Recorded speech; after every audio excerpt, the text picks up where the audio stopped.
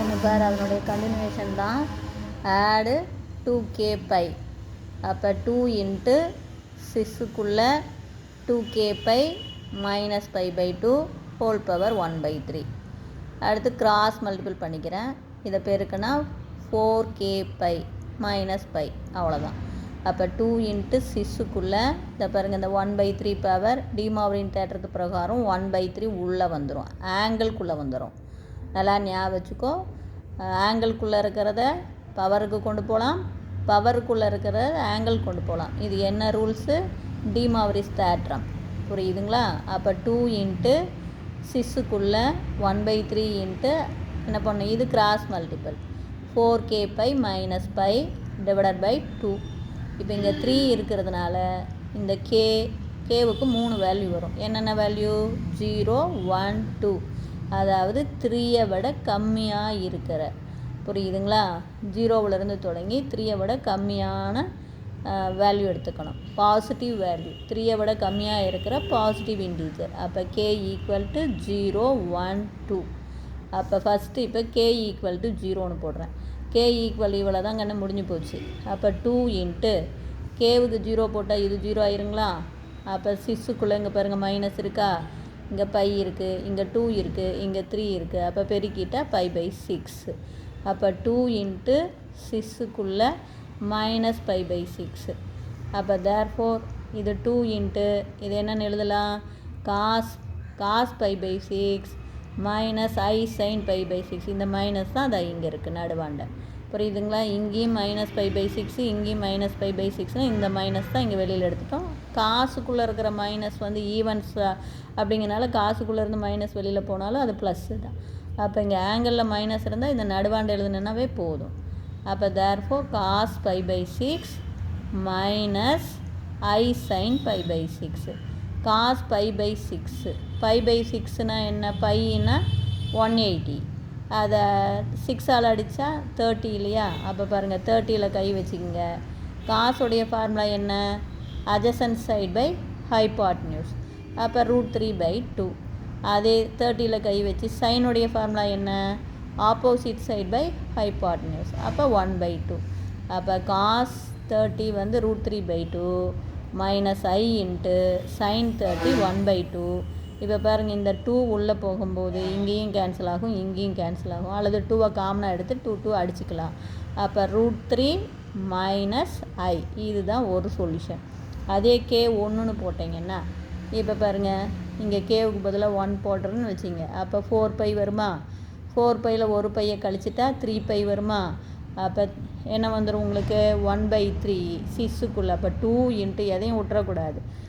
2 into 6க்குள்ளே 1/3 தான். இங்கே பாருங்கள், 2 இன்ட்டு 6 1/3.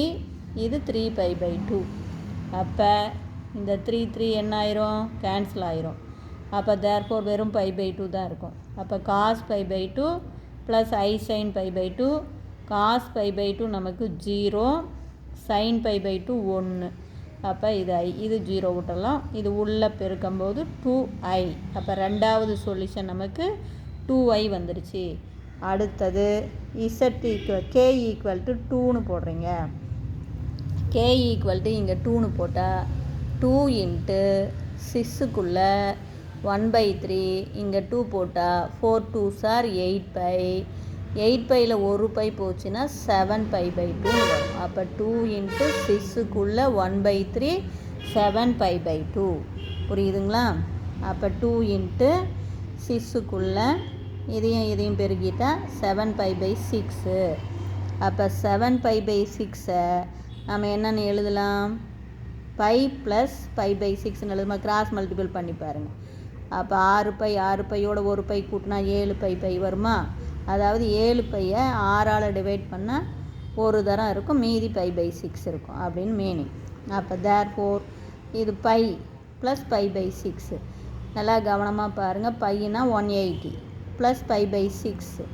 அப்போ 180யோட ஒரு ஆங்கிளை கூட்டும்போது அது தேர்டு குவாட்ரண்ட்டில் நிற்கும். அது உங்களுக்கு தெரியும்னு நினைக்கிறேன். நான் முன்னாடி போன சம்மிலேயே உனக்கு சொல்லி கொடுத்துருக்கேன். இப்படி போடும்போது இங்கே பாருங்கள், இது 180 அதாங்களா? அப்போ இந்த 180வோட நல்லா கவனமாக பாருங்கள், ஒரு ஆங்கிளை நம்ம ஆட் பண்ணால் இப்படி வந்து இங்கே நிற்கும். அப்போ இது தேர்டு குவாட்ரண்ட். தேர்டு குவாட்ரண்டில் நமக்கு காசோடைய சிம்பிளும் மைனஸ் தான், சைனோடைய சிம்பிளும் மைனஸ் தான். அப்போ காசு பையோட சேரும்போது மாறாது, காசு தான், சைன் தான். 2 பாயிண்ட். என்ன குவாட்ரண்டில் இருக்குதுன்னு பார்த்து சிம்பிளை பார்க்கணும், மாறுமா மாறாதா, என்ன மீதி இருக்கிற ஆங்கிள் எழுதணும். அப்போ தேர்டு குவாட்ரண்டில் காசோடைய சிம்பிள் மைனஸ், காசு மாறாது, அப்போ காசு, மீதி இருக்கிற ஆங்கிள் π/6. அதே மாதிரி தான் சைனுடைய சிம்பிள் மைனஸ், ஐ சைன் π/6. அப்போ ஆல்ரெடி நமக்கு π/6 உனக்கு சொல்லி தந்திருக்கேன் 30 டிகிரிக்கு. அப்போ 2 × 30 டிகிரி.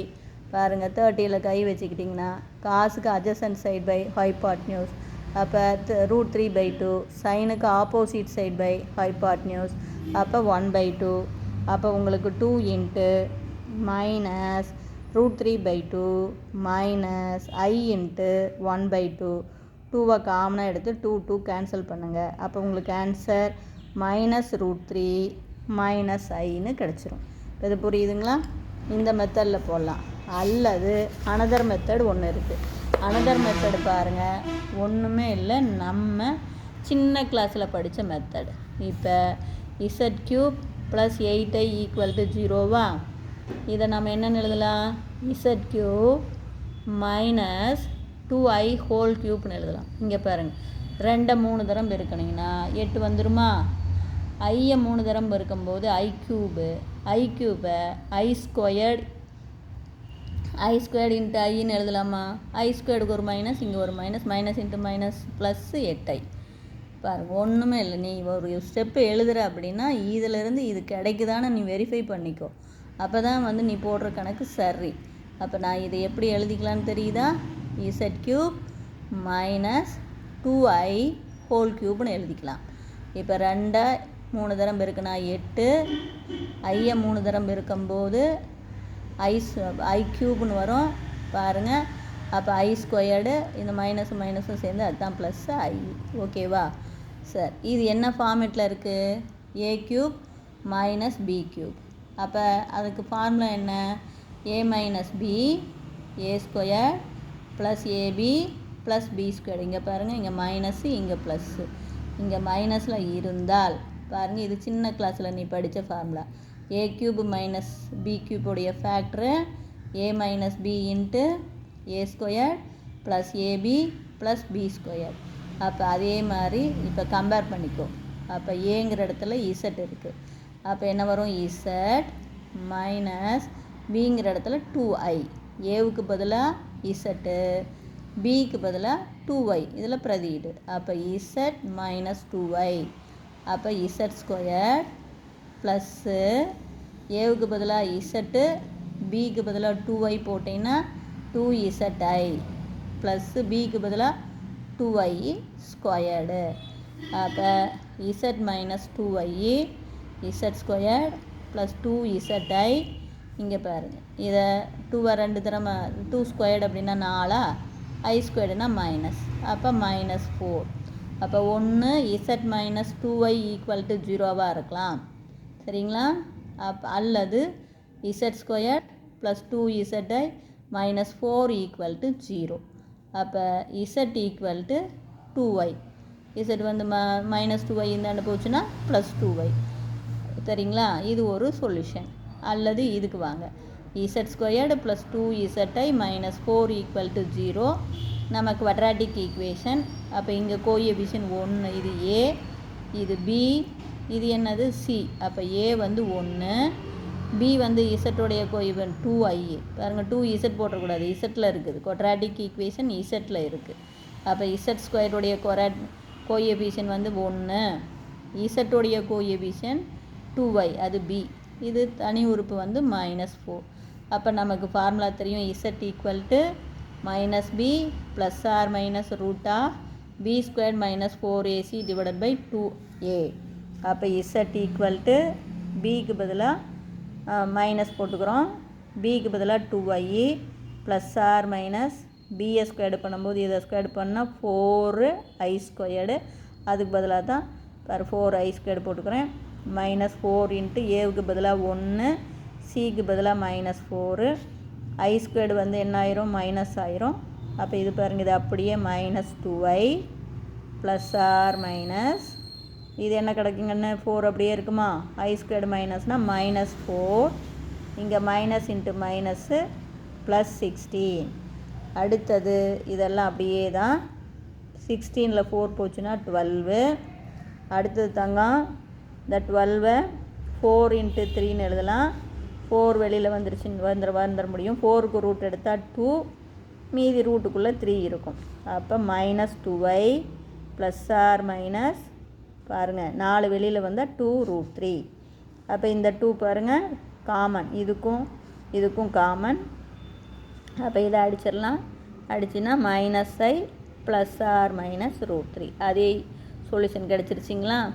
தேங்க்யூ. இதில் ஏதாச்சும் சந்தேகம் இருந்தால் கேளுங்க. ஆக மொத்தம் 2 மெத்தடில் போடலாம். உனக்கு எந்த மெத்தட் ஈஸியோ, ஒன்று போலார் ஃபார்மு, இன்னொன்று நம்ம சின்ன கிளாஸில் படித்த ஃபேக்டரைஸ் ஃபார்ம். புரியுதுங்களா? இதில் ஏதாச்சும் சந்தேகமாக இருந்தால் கேளுங்கன்னு. இதில் நீ இந்த இடத்துல ரொம்ப கவனமாக பார்த்துக்கணும். இவ்வளவு தான், ஒன்றுமே இல்லை. இந்த 8ஐயை என்னென்னு எழுதலாம், 2i³ எழுதலாம். -2i பாருங்கள், ப்ளஸ் 8ஐயை -2i³ எழுதுங்க.